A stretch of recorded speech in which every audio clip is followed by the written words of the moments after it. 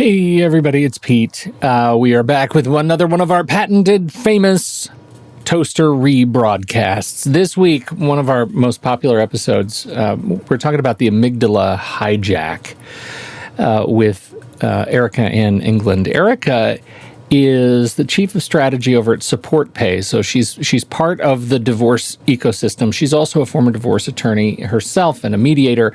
And she comes to us to talk about language, in particular, language in and around the holidays. And it's an important conversation. I mean, we have some fun with it, but it is an important conversation to talk about the way we get trapped in our own language, the piles of negative emotion that hit an already tense situation if you're going through a divorce. Now, as it happens, I know she talks about the holidays. When this episode originally broadcast, it was we were going into the holiday season, and so we talked about surviving and thriving during the holidays. But more important than that is this conversation on how to be better parents, better co-parents, and healthier and happier people. And as Erika says, that can start with the language you use about your own situation. So check it out. Thanks for hanging out during our hiatus. We are busy planning the schedule for our upcoming season, and we're very excited. Just a few weeks away. We're very excited. So thanks for sticking with us, and we will see you in just a little bit.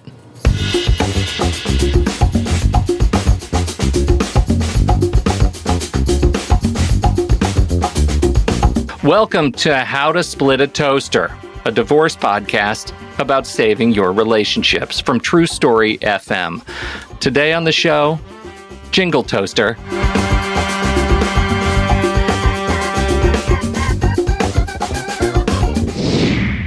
Jingle Toaster. I love it. Welcome to the show, everyone. I'm Seth Nelson, and I'm here as always with my good friend Pete Wright. Today on the show, we have Erika Anne Englund, who is, in increasing order of importance, Chief of Strategy at SupportPay, a former divorce attorney turned mediator, and usually happy co-parent, and top of the list, a paddleboard yoga enthusiast. We have a list of 1,500 things to talk to her about today, but we'll try to keep it to just 4. Erika, welcome to the Toaster. It is a delight to be here, and I should clarify off the bat, I attempt paddleboard very poorly. So while I am enthusiastic, I would not like anyone to get the wrong impression that I am any good. I stand by our comment. You can be enthusiastic and terrible. All right, great. I love it. Safety first. Just wear a life jacket. No, you're gonna be fine. You're gonna be fine. Paddle hard. It's gonna be great. Okay, let me get this straight. Former divorce attorney, then a mediator, and now you're chief of strategy at SupportPay. So I've got one quick question for you. Are you hiring? This sounds good to me. I've had a rough week already, and it's only Tuesday. Yeah, divorce is a rough world, isn't it? You have to deal with a lot of difficult energy, and you're working with people during one of the hardest times of their lives, working with the most important things in their lives. And that's a lot to carry for years and years. So after 15 years, I just jumped ship and headed into legal tech, where apparently you can do anything you want as long as you do something else. We call it A/B testing. And there's really very few rules. It's so the opposite of law, and I recommend it. Get through your week first, and then we'll talk. That's it. Seth, I see a real future for you. All right. I know, Yeah. but see, she at the very end, she was like, "Get through your week, Yeah. and then we'll talk." I thought she wasn't even going to answer my question. Yeah, no, she so had one in the pocket. I've got hope for you. here. That was great. Yeah, ready to go. You sent us this note as we were kind of talking about the kinds of things we wanted to talk about in the show, and you sent us this note with a provocative subject that we thought we might use to kickstart a set of conversations that I know Seth and I are going to have over the coming months around the holidays. The holidays are tough for a lot of people. Seasoned co-parents and new co-parents alike. It's hard to make it through the season. And your subject was Don't Survive the Holidays, Co-Parenting Through the Season with a New Perspective. It sounds potentially horrifying, and I hope you can shed a little light on what you're thinking about how to get through the holidays as a co-parent yourself. I would love to. Yeah, I got divorced when my children were 1 and 3, and they are now 8 and 10 at my last check. So we've had a lot of holidays together, but. Just aside from that, something that's always been important to me as an attorney and a mediator is using language with precision, because I believe it very much shapes our world and our inner being, how we're speaking and words that we are using. And as soon as we get into the holiday season, won't we all see 25 articles at once on surviving it? And it really is supposed to be a joyful, for some people, a deeply religious time. And I think for anyone, just the whole word of survival implies it's something that we have to get through, not something to enjoy. So what I mean to say by don't survive the holidays, and this is your first divorce especially, or if this is the first one where someone's remarried or custody schedule is different, and you're looking ahead going, okay, I just have to survive it. There's a different point of view, and I would be happy to give your listeners a couple of tips on how to shift into a healthier point of view. And let me just ask you this: how many holidays did it take you to figure this out? Like, did you just go into your first holiday and think, "Oh, I nailed it"? Well, let's back up. Was the first holiday Columbus Day? No, Arbor Day, as they all are, you savage. Interestingly, the very first holiday that came up after my former husband and I split was our anniversary. And my 3-year-old daughter, who had no way of knowing that was our anniversary, said, "Mama, I was at your wedding. It was outside and there were flowers and there was sunshine. And I have no idea where that came from. She wasn't there. And she said that on the day." Because she wasn't invited or because she wasn't born yet? I'm just trying to be a little, language, we need to be precise, I heard on this show. She feels like she was there. Like she thinks she gate crashed because she believes she was living in my heart before she was born. And she saw everything that happened before she was born, which secretly horrifies me because I did get into some trouble. I hope she didn't see that stuff. But she thinks she saw the wedding.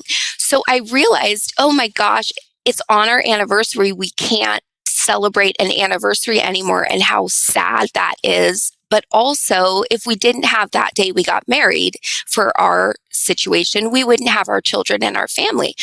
So we started celebrating familyversary, and every year we all get together and we have the same cake that we had at our wedding, and we have champagne for the kids, and for the adults we have sparkling soda. No, I said that wrong. We have champagne for the adults. For the kids, No. I'm totally. We're absolutely leaving that in the show. Yeah, and now we know the things that we didn't want her to see. Right. Yeah, when she calls you and says, like, "Hey, Mom, do you remember that time in Poughkeepsie in 1995?" Then you'll know she was really watching the whole time. They're easier to manage when they're drunk. Yeah. That is a really heartwarming tradition. And we do it every year. There. So this is one of those things that came about through pure serendipity. And so by the time we got into Christmas, I wanted to make sure that we could do it in a way that made it special for our children.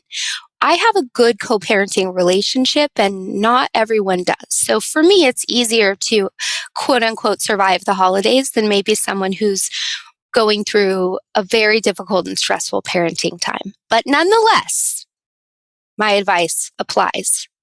So can I give you some tips? I was about to say, I've got a list of tips I give my clients, so I want to see if ours line up. So fire away. Okay. So first of all, get rid of the word survive. and replace it with anything else that suits how you imagine you want your holidays to be. So picture what's special. Picture why you love your holidays. Are they reflective? Are they joyous? Is it the family? Is it the time off?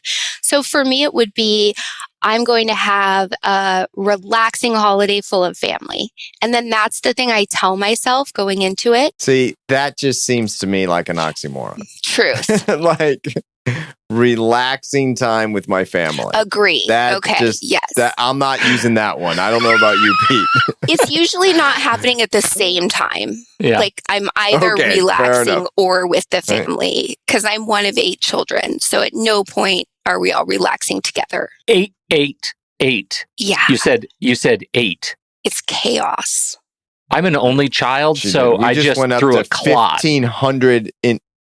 Yeah, Pete, we just went up to 1,501 things to talk about on this show. Wow.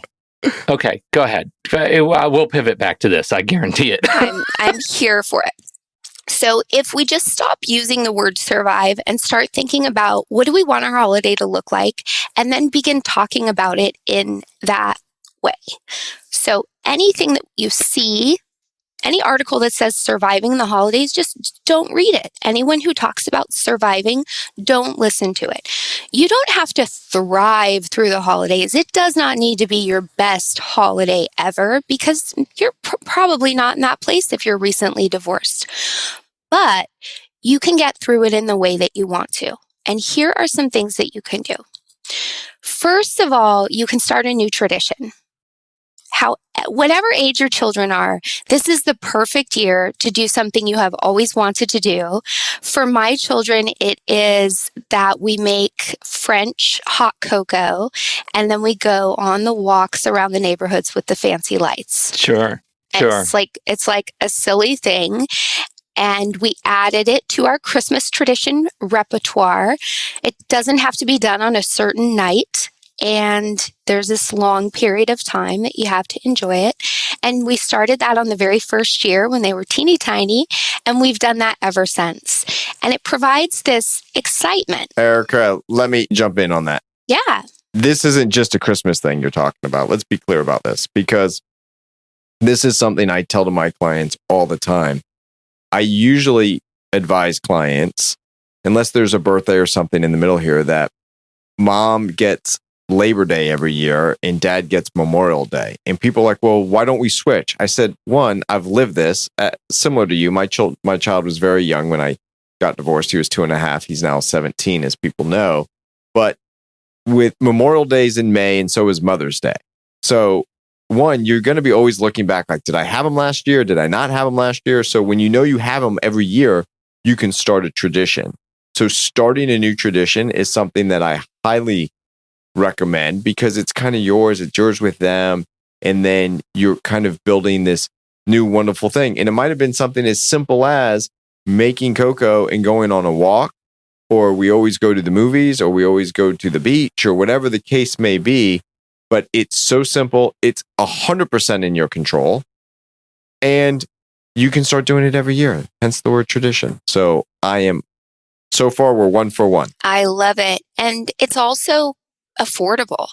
But a tradition can be completely free. That's a point that I think we come back to because we've talked in the fairly recent past about the stereotypes, like the stereotype traps that we fall into, that once you're divorced, like once it happens, that suddenly everything gets expensive because now you don't even know it before you wake up and you've bought way too many Christmas presents and you've started new expensive things just to like, I don't know, try to fill some fantasy allegiance between your kids and make sure everybody's happy through compensation. Yeah. You feel bad that they're indifferent. Yeah. Right. So I think that actually is a very good point because people do that. We've talked about it, Pete. I got a little lucky when my kid was little. He did the math, and being Jewish, he says, so Dad, I'm going to be at Mom's for the first 5 days of Hanukkah. So I got a question. When I come here on the 6th day, am I getting 6 gifts? And I'm like, first off, love the math because you're little, right? But no, you don't get 12 days of Hanukkah because your parents don't live under the same roof. Yeah. Yeah. This is also a kid who, when he was like, I don't know what, 10 years old, took me for $100 in a street corner card trick. So like, he's a special kid. Oh, you must be proud. Yeah. And you should have seen what we did with that $100. It's like worth millions now. Thanks, Pete. Okay, so the point is, you don't have to spend to create traditions, and let's start on the things that you can do with your family that are special, because family doesn't necessarily have to go away on a separation. Okay, where do you go? Absolutely. My next favorite thing to do is create a journal for the children or a photo book, and there are a couple ways I'll tell you to do this so that they can create a comprehensive record of their holiday, even though they're going back and forth between two homes. So again, in my house, we celebrate Christmas, and we got the children one of those little Fuji cameras that's like the Polaroids we all had growing up. And they took the camera to all their special little Christmas events, whether they were with me or with their dad or at school, and pasted all the photos into a scrapbook from the 99-cent store. And they had my Christmas 2018, and it didn't have any delineation between mom's house and dad's house. It was just a record of their Christmas. And I thought a lovely way to preserve the continuity and the centrality of their lives in any kind of co-parenting situation. So some things you can use if you don't have a camera that has like a Polaroid type camera is it's super easy to create a Shutterfly account and just put all your children's photos in there and print them out at Walgreens for, it's like 5 cents for a photo. Super cheap. Yeah. And then if your children are writers, they can take a journal and write back and forth of what they did at every event. Or mine are at this age now where they're really into graphic novels. Can't say I love it. I liked the age where they were reading children's Shakespeare, but... Yeah. So drawing like children's Batman, horrifyingly capturing the Joker on Christmas. It's great. Oh my gosh. They were drawing like a graphic novel of me making breakfast and my head explodes in the novel. And I mean, that's not wrong, but still. So my children, that's what they'll do this year. Yeah, that's perfect. And I gotta, we do that just around our house. We stopped giving each other cards, right, for holidays. And instead we have a book, and everybody takes turn writing the messages to each other in that centralized book. So I really like that idea, because now every time you write somebody a new card for whatever holiday is, maybe it is Arbor Day, you get to go back through and look at all of the messages that have come years past. And once you get a couple years down the road, there's a lot of heart in there, and it's a good way to kind of remember those transitions. I love that. Yeah. I gotta tell you, I think the brilliant one is having these kids with the cameras and just taking photos. I think I've never heard of that. I've never advised anyone to do that. I'm going to start doing that. Erika, that's brilliant. And they will look bad, right? These photos tend to be completely blurred. You have no idea what's going on, or the child's drawing a picture. It's not at all about creating something that looks Instagram worthy. It's just them documenting their own experience and looking back. I was picturing a whole lot of thumbs and fingers in the picture. That's and I get it. You can tell when you have a grade schooler and they bring the project in, whether they did it or the parent did it. So I love it that it's just the kids' stuff. That's just amazing. Yeah, we shoot to underdo it in this household, which is a great tip for people going through divorce. But very finally, the last thing I will say for people, don't survive the holidays. If you want to enjoy your holiday, this is the year that you ask for help.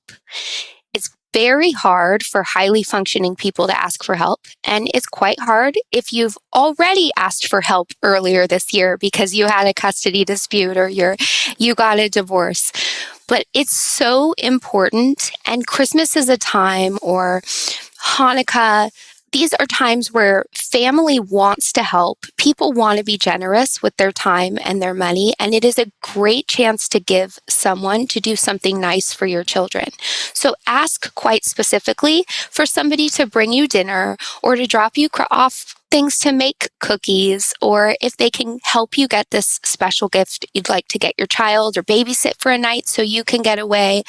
But give yourself the gift of allowing to ask for help and taking somebody up on that. And you will seriously make their day as much as it makes yours. You gotta have your time for your paddleboard yoga, am I right? Like, how do you do that with kids? I don't know how you do that. Yeah, I know. You should see three of us try to fit on a paddleboard. It looks like an ill-fated Viking voyage. You just lash them to the side and paddle out to sea. Yeah, but, if someone falls off, at least there's two. Yeah, right. So Backup. Exactly. Smart parenting. Okay. I think these are terrific, and I think the whole idea of asking someone for help, I just want to pivot on that, because it's what I think you might hear is asking ask another family member or a family member of your former spouse. It's really, you're asking anybody.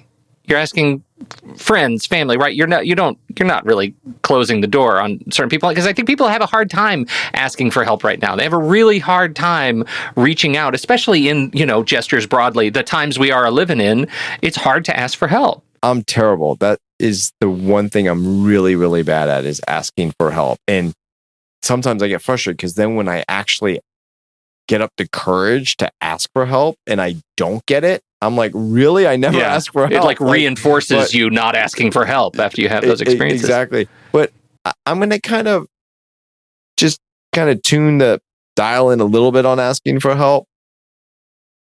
You can also ask to change the way you interact with your friends. And what I mean by that is, I was divorced. My son was 2.5. I had some friends that were single that I used to go out with, but now it's a weekend when I have my son. And what I would ask them to do is, like, come over to my house before you go out. I'll have a drink with you. Kai will be watching a movie, or we'll sit there and feed him or whatever. It's not going to be all kid time. Come just have one drink with me before you go out. And I'm going to be happy because I get to hang out with you guys a little bit. I'm still spending time with Kai. He was going to watch his movie anyway, or whatever the case may be. And I'm not asking you to spend all night. I'm not asking you to ruin your evening plans.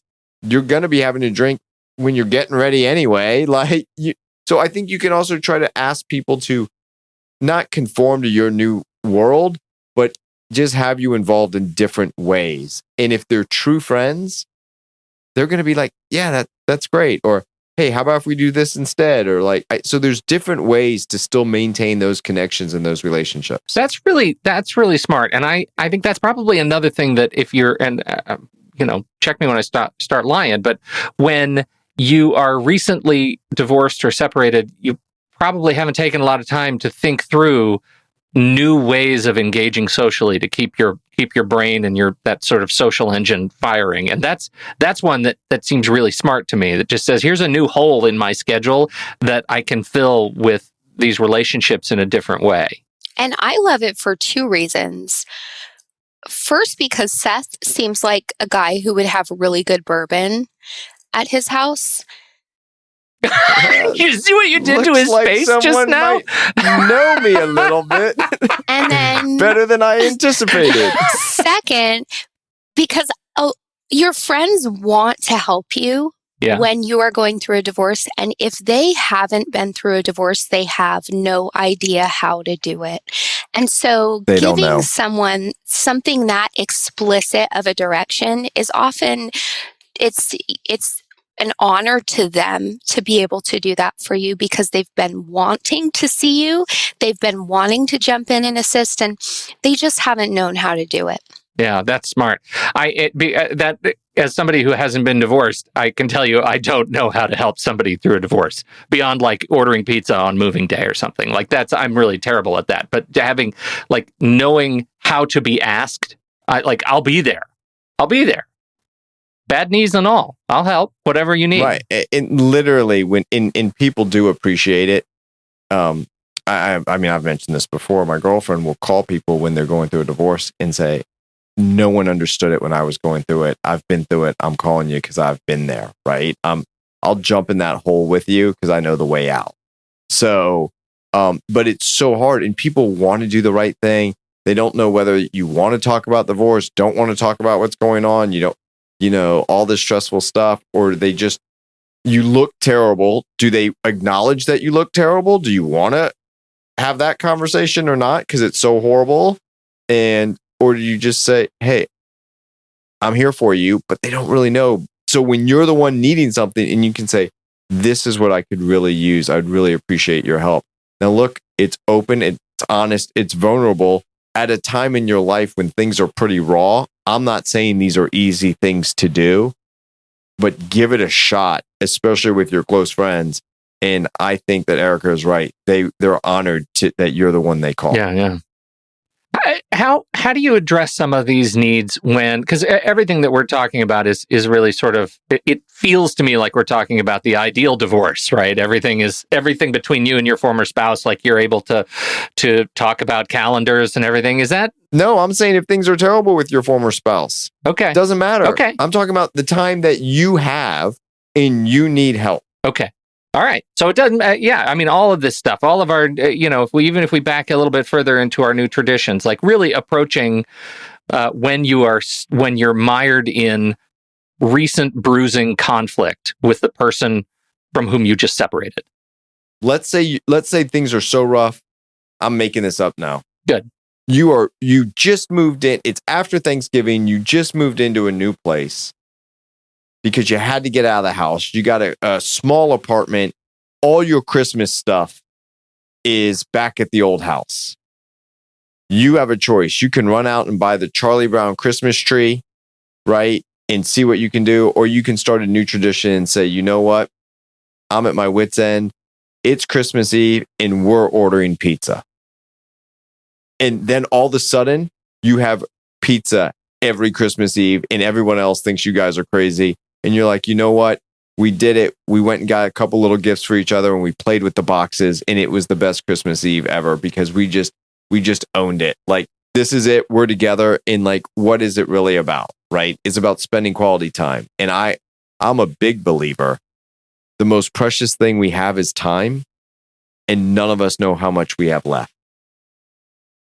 So think about the time that you have. In that, even if you're alone this Christmas, that is time that you get to spend however you choose to spend it with yourself, which for me was very hard at first. But I appreciate my alone time where I can do what I want to do, whether it's go for a run or hang out with friends or watch a game or whatever it is. That's time that you're never going to get back. So use it wisely. It gets to the I didn't mean to get on a soapbox. Talk about, it's looking great. How's it looking from way up there? It's an important thing because I don't think, and I wonder how much in the recency of a divorce you stop and think, how am I going to want my kids to remember this moment? How am I going to want my kids to remember this month? Because the decisions you make now will determine the conversations you have in 10 years, 20 years, right? I imagine it's very hard to do that, particularly around holidays, because they are steeped in tradition. And for some people, they're steeped in trauma from the holidays they experienced as a child, or they had magical holidays and put themselves under incredible pressure to recreate that for their children. So this may be the first year that they're looking at all of the things that they have lost and focusing instead on how to make it an enjoyable experience for your child is just not a natural thing to do for the best parent. But the sooner in any co-parenting situation that we can get child-centered and put them at the beginning of every discussion, the easier it will be. And you will begin to notice that you can do things completely differently and still have an amazing time. So the pizza at Christmas and the Charlie Brown Christmas tree makes a child just as excited because they're not thinking that you normally serve an 8-course dinner on China. Children get excited on holidays anyway, no matter what you're doing. You could say, new tradition, we're going to vacuum the stairs. And my children would be like, yes! Wait, can we trade? Oh, what? I'm Did like, you just are you say- renting them out? What is going on? Is this what here? you learned in your family of 8 siblings? What? It's really just like the excitement as a parent that we can put into it. And so if you can't put excitement into something big, put excitement into something small. You know, say like, let's go get the fanciest dessert that they have at the bakery. That's a $5 thing. And you know, eclairs make everybody feel better. There's no wrong time to eat one. So especially with bourbon. everything's better with bourbon. I got just a closet full of household cleaning products I'm going to put bows on this year and just see if I can gear up some real enthusiasm around some new traditions. I got a question about this. I got a question because we're spending a lot of time on holidays, but there's other times during the year. Yeah. So let me, Pete always says this, let me pivot. I'm trying to be more like Pete. Okay, noted. That's going to be my New Year's resolution, Pete, when it's coming up. I'm letting you know right now. All right. Because divorce can hijack your brain, right? It really can change the way you think when you're in the middle of it. And that happens whether you're in the holidays or not. So talk to us about what you think about that, Erika. Oh, the amygdala hijack is the new favorite topic in my household. And I speak about this to divorce care groups.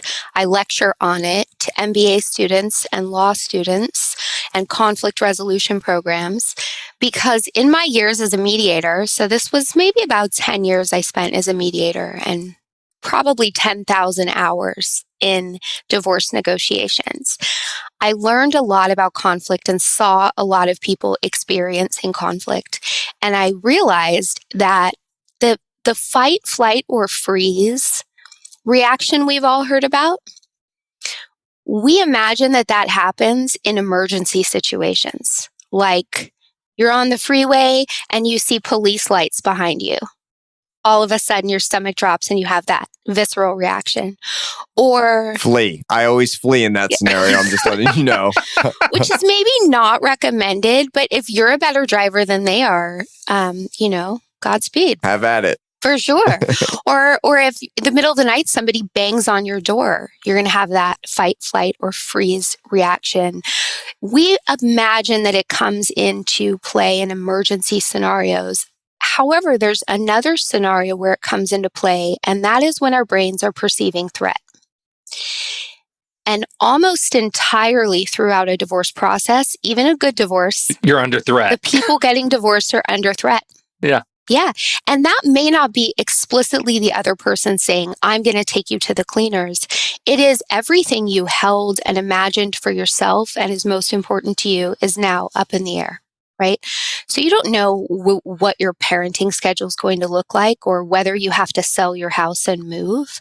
You've no idea how your life will look, and you've just lost the life that you planned. So each person in the divorce is feeling, whether or not they can articulate it, threat.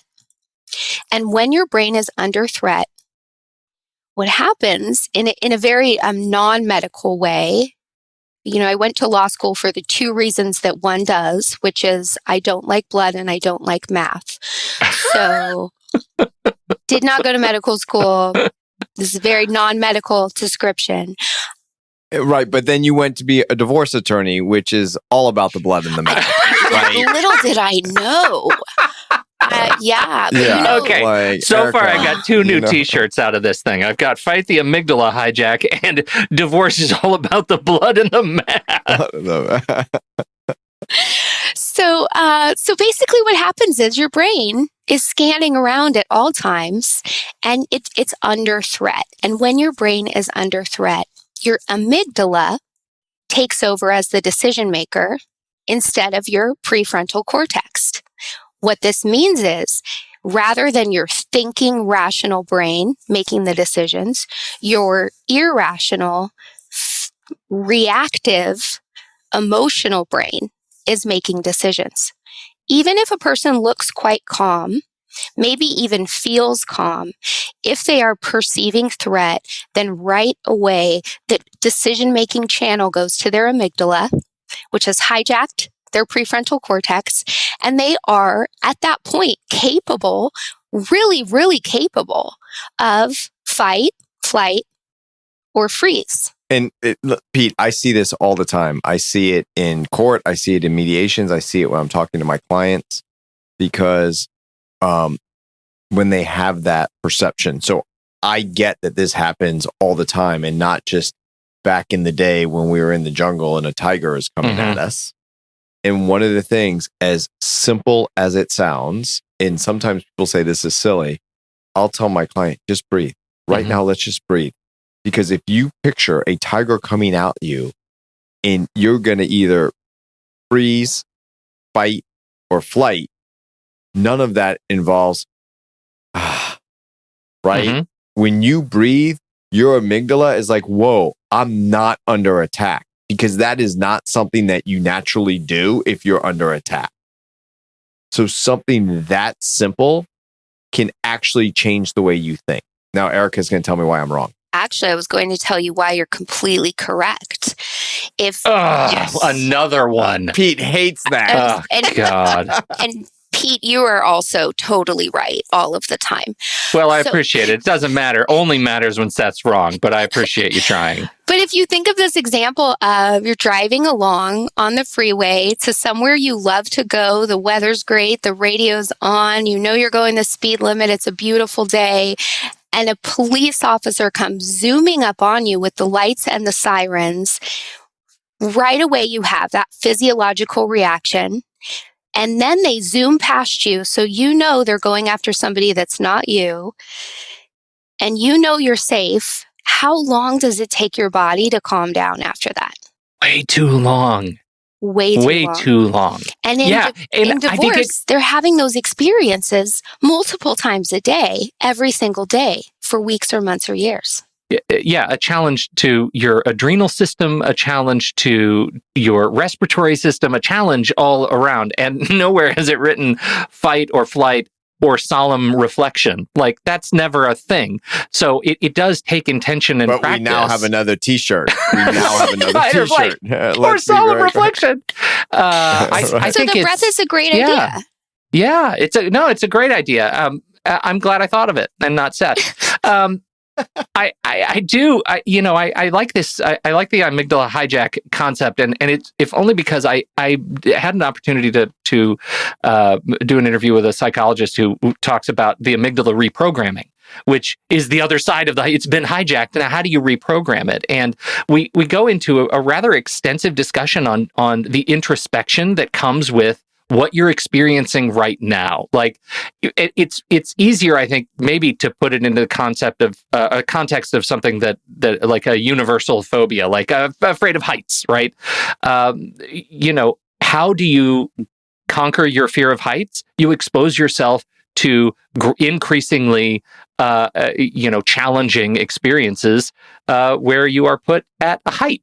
And in the case of the psychiatrist, he said, I decided I was going to try low parasailing. And I strapped in and I white knuckled it through a very low. Maybe he had me 20 feet off the water. And then we got down and I was fine. And I thought, well, I'm still terrified. My heart is still beating like crazy. What's that about? I'm just going to be curious about that for a second. And then I'm going to go get on the boat again. And I'm going to try and go to 30 feet. And before long, he's at 100 feet or more above the water and he's having a blast. You can reprogram your amygdala. You can do it. And you can. But it starts, Pete. It starts is you have to recognize it. Yes, and absolutely. I think that's the hardest thing for people to realize at the time, because when it's going, you don't even know you've been hijacked when you're hijacked because you're terrified. I'm sure you've had people say, I'm not emotional. And your clients are saying, I'm not emotional. I'm fine. And then you've had your client say the next day, I'm sorry, but I don't remember anything we discussed in your office, or I don't remember anything that happened in court, because they were emotional. And the whole point is, know it's happening, Don't be afraid of it. And it's happening all the time because we're programmed to do that, right? Like that's what your body is programmed to do. So what else does it do to you when your amygdala is hijacked? If you're in court, you can't fight, flight, or freeze.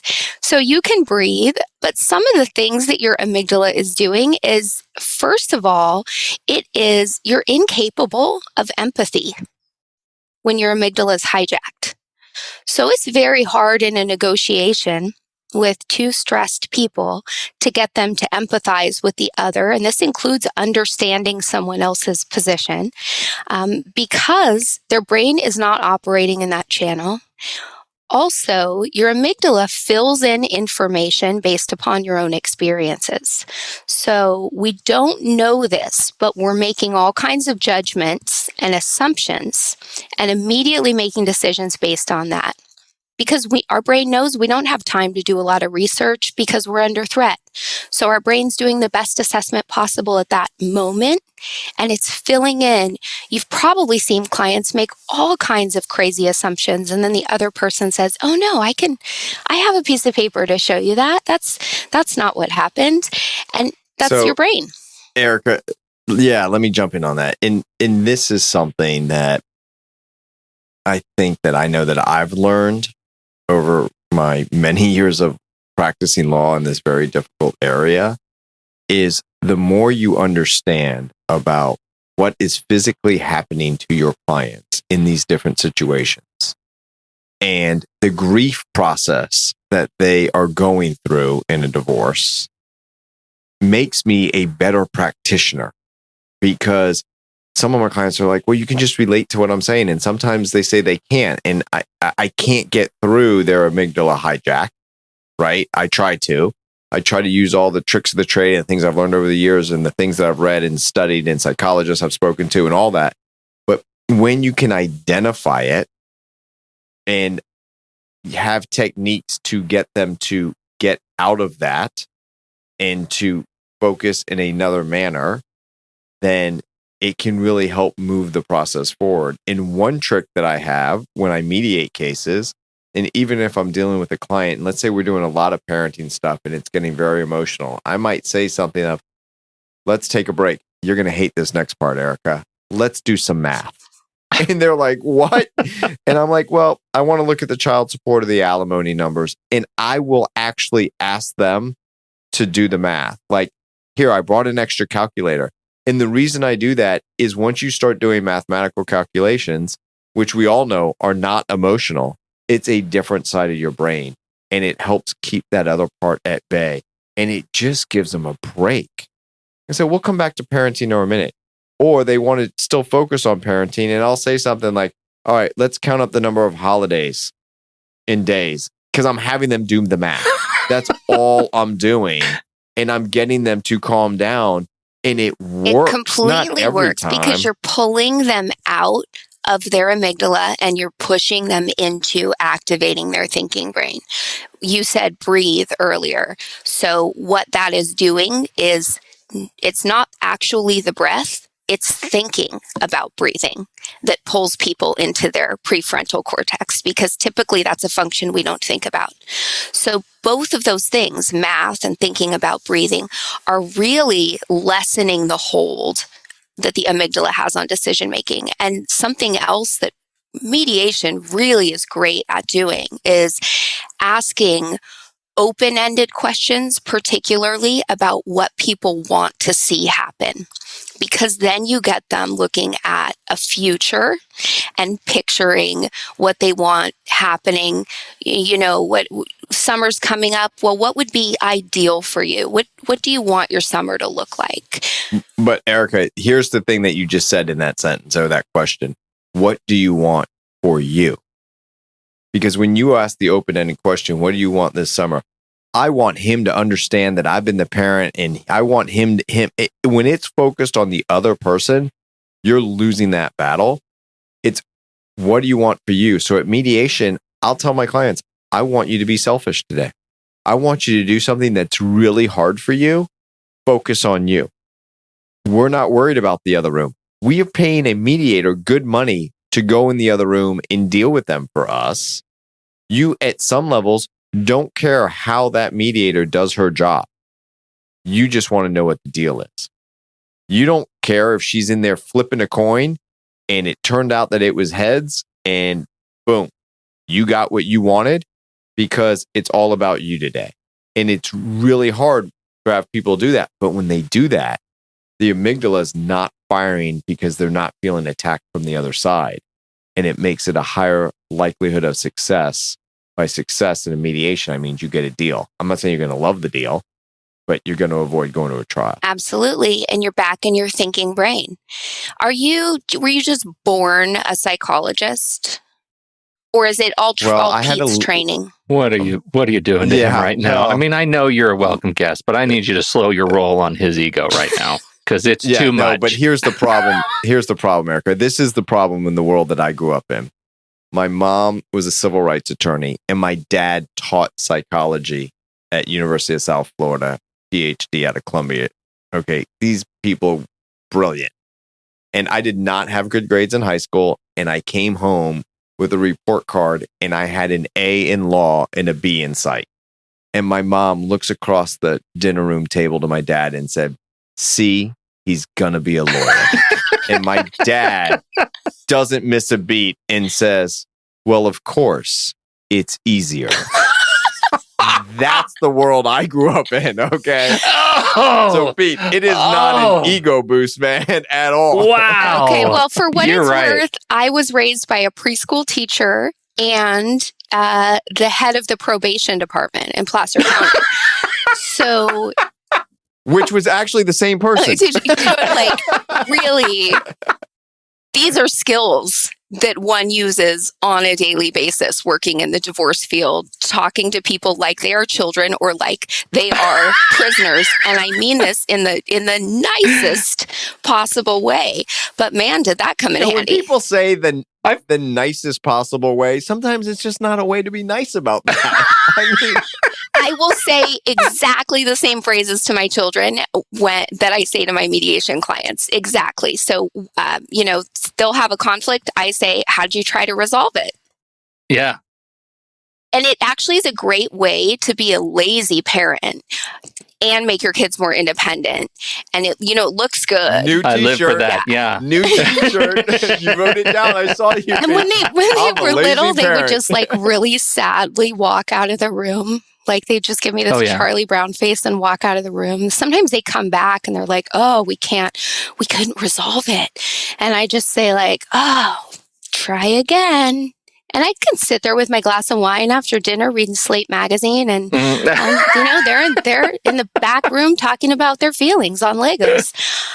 I love it. Our whole thing was always like, I'm sorry for what I did. I'm sorry for what I did. Are you ready for a hug? Yes, I am. And then they would give each other a hug, my kids together. And it was really great. And I sometimes try and do that with Andy, and he never hugs me for some reason.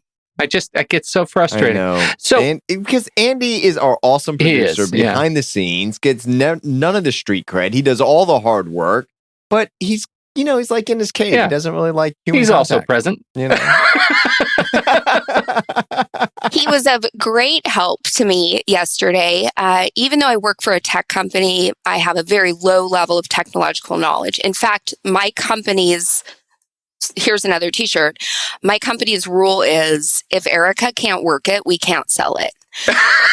And so poor Andy had the task of teaching me to adjust my settings to get ready for this today. And if I sound eloquent and the sound is nice and it comes together beautifully, that's entirely due to Andy. So thank you. If you can hear it at all, it's probably because of Andy. Hey, speaking of your company, can we hear a little bit about what you came onto this show, and I don't know what we were thinking. We didn't talk about what you do at all. So give us a plug for SupportPay. What do you do over there, and tell us why it's cool. Absolutely. Well, it's cool because it's the first child support app designed to help parents organize, manage, and transfer child support between each other. I'm sure, Seth, you've had a million clients say, "I just wish I never had to talk to my ex about money again." And this is a way to make that happen. They use all their child support. Payments go through the app. So you can pay your base payment and receive it, your commission, your bonus. But more than that, because I have children, if yours are anything like mine, they cost money all the time, right? They're little Oliver Twists. Erica, I'm not dad. I'm an ATM machine. For sure, right? And he knows the code. Let's just be honest about it. So for parents don't know this before they get divorced, but after they get divorced, they have to go and talk to each other about reimbursement for all of these expenses on an ongoing basis. So there's a doctor's appointment, there's soccer cleats, there's art class, there's childcare. And it creates a lot of conflict, particularly because people almost always have very different money values and money management styles. Money and communication are the two things that lead to divorce. So when they have to communicate about money constantly post-divorce, it is incredibly high stress. It creates a lot of conflict for the family. It's bad for the children. A lot of support goes unpaid because people just can't handle even dealing with the other person. So it all goes through this app. So just talk me through, I know technology is not your thing, even though you're with a tech company, but I have to pay my former spouse child support. How does that work on this app? You have your bank account connected and she has hers connected, just like with Venmo. Mm-hmm. And just like with Venmo, you go in and you put in the amount and you put transfer.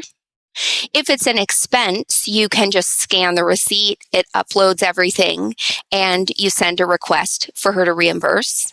Or if it's too... So I go to the doctor for my kid and it's a copay. They don't really have a receipt. I just type in, $50 looking for, copay for doctor's appointment. Yep. And maybe you have an agreement that says you pay 50% of doctors, but you pay 80% of the ortho. And so what the app does is it will automatically calculate the share that your former spouse owes, and it sends her a notification. Look at that. Erica doesn't have to do math. You don't even have to do the math. Oh my God. It's awesome. This is why it works. And neither does anyone using it. And then the notification comes from the app. So you don't have to walk around all day wondering when your ex is going to send you another text message telling you that you owe them money. And you can log in whenever you're ready, see your dashboard, see what you owe, see what they owe you, make payments. And probably the two most important components that parents don't even know are really, really important going into it is that it keeps records of every single payment, every expense, every reimbursement, every dispute, every support payment. And if parents ever need to go back to modify support, or there's any kind of dispute over whether what was paid, all they need to do is push a button and they've got all of the records there. You just saved hundreds, if not thousands of dollars in attorney's fees. This is great. Because people come in with like shoe boxes and receipts and spreadsheets. Erica, I would love a shoebox worth of receipts. It would be something to actually go through. True. Usually what I'm getting is bank accounts, Venmo accounts. Oh, I think I paid on cash that time. I'm not going to track that. It's all over the place. In fact, one of the pieces of advice I give to my clients is at the end, I actually say set up a new bank account to receive your child support payment and to buy in those types of expenses, copays or tuition or extracurriculars. And the reason for that is then I only have to look at one bank statement when I'm going through all the transactions. If you want to use a credit card, get a credit card that you only swipe for your kid. I'm not talking about when you go to the grocery store and you buy kid stuff versus your stuff. I'm talking about, I'm making a payment for an extracurricular, swipe the credit card, but you pay that one credit card that only has those types of expenses from one bank account. And the other beauty of that, you're saving time and money on attorney's fees when you have to look at it all. 2, you can actually see what you're spending on your kid because it's all in one account. 3, if you have to go to court, then you just bring those account and that one credit card in. And when the judge is looking at your bank statement, and I'm not saying this is you, Erica, it might be Pete, but Probably it's Pete. like, it's probably like, we have guitar lessons for the child. Then we have supermarket. No problem. Now we have the copay for the child. And now we have exactly after we took the child to the doctors for the copay, stopping at the liquor store and spending $1,000. Like, and that's right in the bank statement. And now I'm going to have to explain it, even though we're objecting to it. Yeah. Like, you just don't want the judge to see that to admit stuff. in court that your young child has a drinking problem. It's not going to look good for you. And the beauty of SupportPay is it does that, but for both parents, and unifies the record into one legally admissible support history. Touch of a button, boom. And it's completely confidential because it's built on a financial platform. So this is not a co-parenting app that has an expense tracker. This is a finance app. And that means you don't have to share your bank account information, write checks, any information about your location. So it's fantastic for anyone who has a narcissistic co-parent. Anyone experiencing domestic violence actually gets our product for free. The victim and the abuser. Anyone that has a restraining order, both parties get our premium product for free. Wow. But it's because they need that confidentiality or they don't have a way to pay support. So what I see as the biggest benefit is it takes away, we talk about that amygdala hijack. We're feeling threatened all the time, and a text message comes in at just the wrong time that says, now you owe me $50. This can set a parent off, and all of it impacts more than anything the life of the child. So SupportPay's goal is to make sure that children get the support they deserve, but really it's to lower the conflict and preserve relationships between the families, which I know is something that has always been a goal of How to Split a Toaster as well. Anybody can check it out at supportpay.com.